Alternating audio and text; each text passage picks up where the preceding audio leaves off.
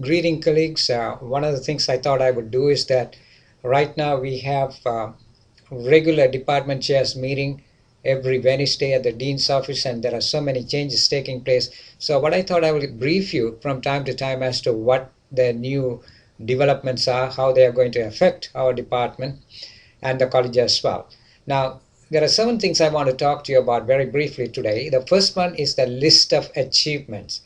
I would appreciate receiving from you the list of achievements that you have achieved that we would like to put in our website and in our brochures, etc. So if you have anything like you won an award, something that is quite outstanding, please send me a list of things that you have done so I can pass it on to the dean's office. That's item number 1. Now, item number 2 is a little bit more involved and very important to our department. This is concerning the MSIS and the MBA program. As you know, the MSIS enrollment has gone down and we are trying to resurrect the program. Things don't look very good, and MBA is in worse shape as I understand. Juanita told me that they only received 20 applications recently out of usually they used to receive many, many more. So these have implications for us. Why is that so? Because the MBA a drop in MBA enrollment can basically result in the cancellation of some of the courses in other departments, meaning that they may not have too many courses to offer, and our faculty members working over there might be a kind of a problem. But the MSIS program, there is some good news I'd like to share with you. We got the admission process back to the department, so we make the decision. And I'm very pleased to inform you that we have quite a bit of flexibility, or some flexibility, in comprehensively evaluating each applicant. My priority right now here is to increase the enrollment, which is in a very critical situation. I'll give you more information later. So one of the things I'm doing is to make sure that the MSIS enrollment goes up, and we will use it as a cushion before we start building the bachelor's enrollment as well. There are 2 other issues that I like to discuss, basically convey to you. One is the kind of difficulty I have in the department chairs meeting.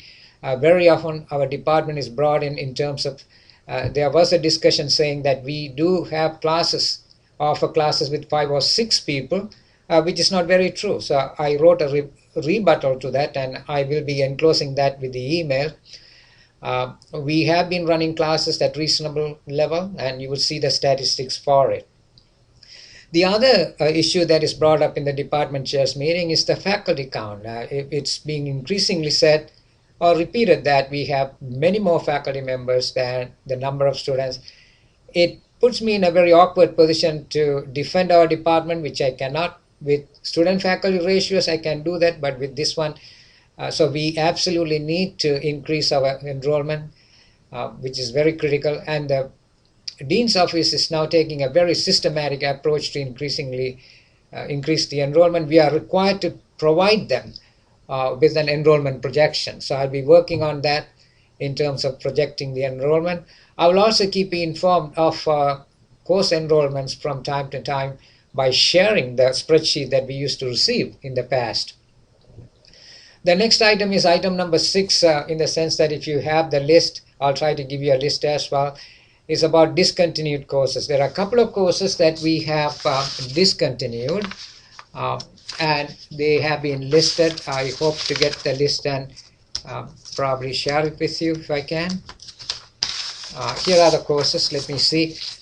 The CIS 284, Introduction to Application Programming, CIS 400, Database Server Administration, 450, Advanced Database Design, 452 CICS, 453 Application Programming C++, 455 Visual Basic.NET, 456 Visual Basic.NET Web Application, and CIS 567 Expert Systems.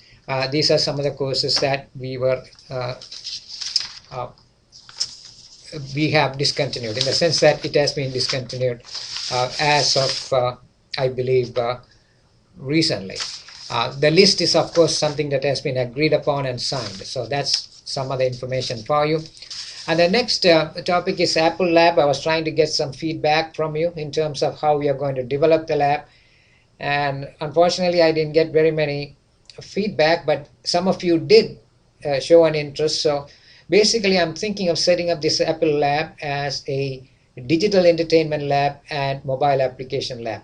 If you have read the recent president's message, Cal State LA has entered into an agreement with DreamWorks where they are trying to get students from us to work in the animation project, etc. Right now, most of the students seem to be coming from CSU Northridge and are as far away as CSU San Francisco and or in that area. So we have great opportunity about Apple Lab. I'm working very closely with David to get rid of the existing computers and to replace them with the new computers. So hopefully before the end of this quarter, we will have all those things in there.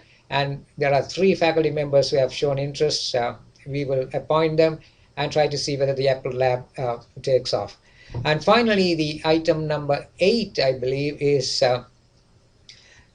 this is for the ACSP. If you have received information about, if you received seed money for grant proposal or research proposals, please send us a brief write-up on what was achieved with that project proposal. That's number 1.